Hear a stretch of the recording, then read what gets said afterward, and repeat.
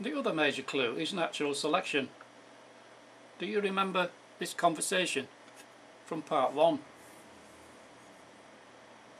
What would be the point of making myself obvious, or so easy to find?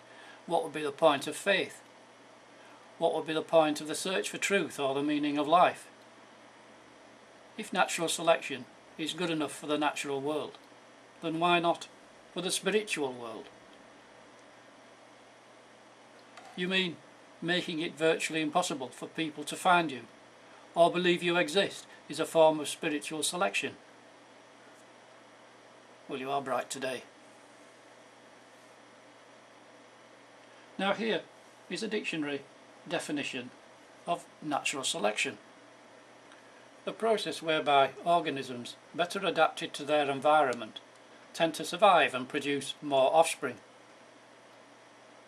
Process by which evolutionary changes occur in living organisms over millions of years. According to Darwin's theory of evolution, the organisms well adapted to their environment survive better than those who are not, and are able to pass on their genes to many more offspring.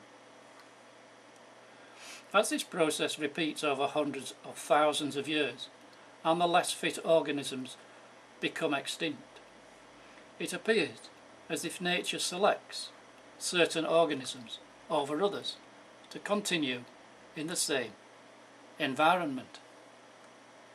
If you know anything about Christianity, you will know that at the end of the world there is going to be a selection process, a sorting out of good from the bad, the sheep from the goats.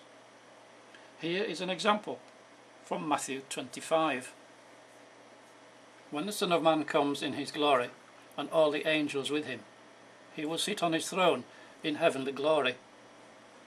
All the nations will be gathered before him, and he will separate the people one from another, as a shepherd separates the sheep from the goats. He will put the sheep on his right and the goats on his left.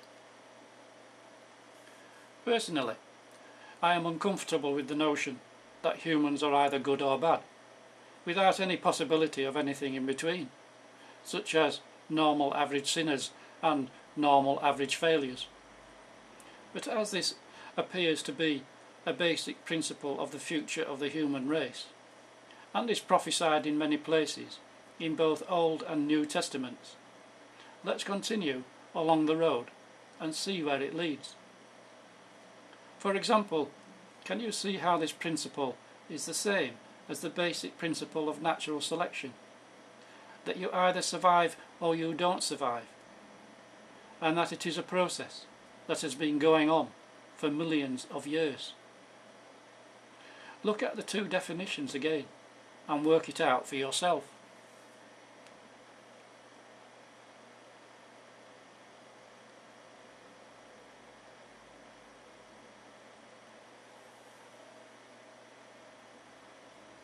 I have a theory that theological expressions such as the Last Judgment, the Kingdom of God, or the Kingdom of Heaven are metaphors for a selection process which has been happening since the beginning of time, rather than a natural event at an actual time and place in the future, which most people assume.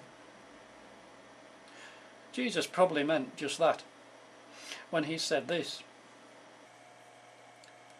"Enter through the narrow gate, for wide is the gate and broad is the road that leads to destruction, and many enter through it.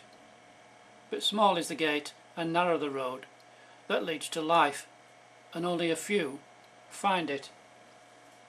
Natural selection gives living creatures and all biological systems only one of two alternatives: survival or death.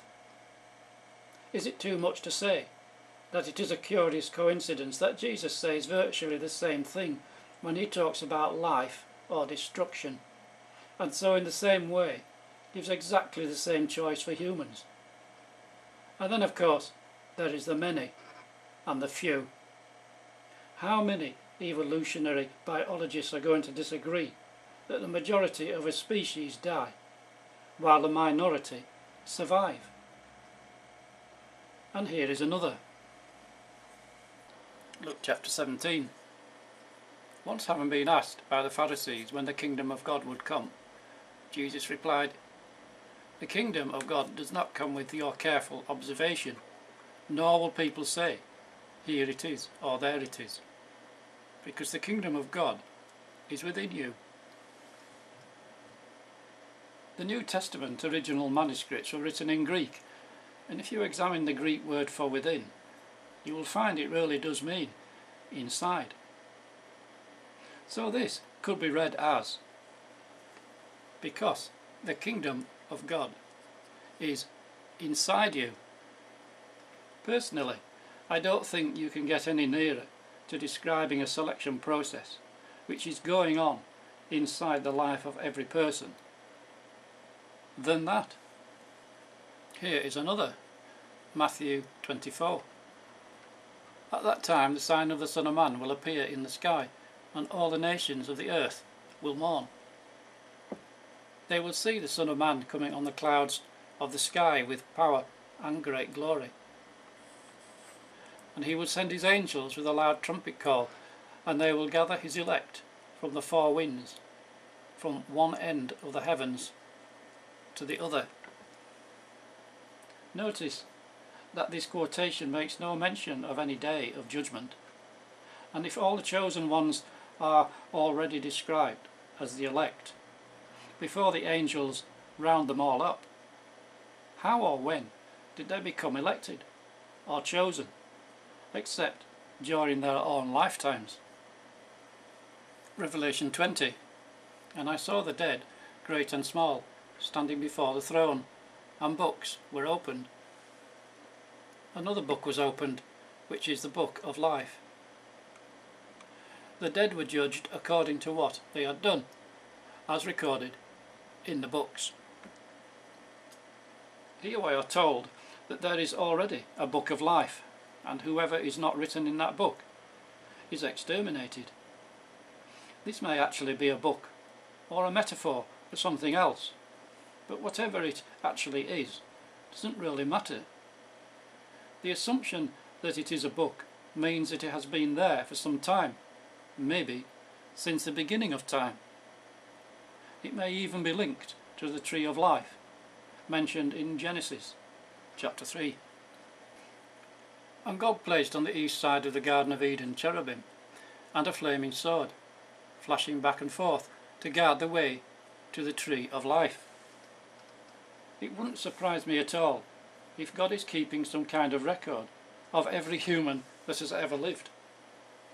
A record far more advanced than any human could devise, with thousands of computers and thousands of terabytes of memory.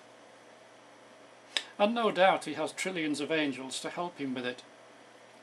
I don't know if you remember what I said in part 2 of these video talks, but if 8 million children have died every year through no fault of their own since the beginning of time, and their angels always behold the face of my Father, as it says in Matthew chapter 18. Work it out for yourself. God has many helpers. How many more clues do you need?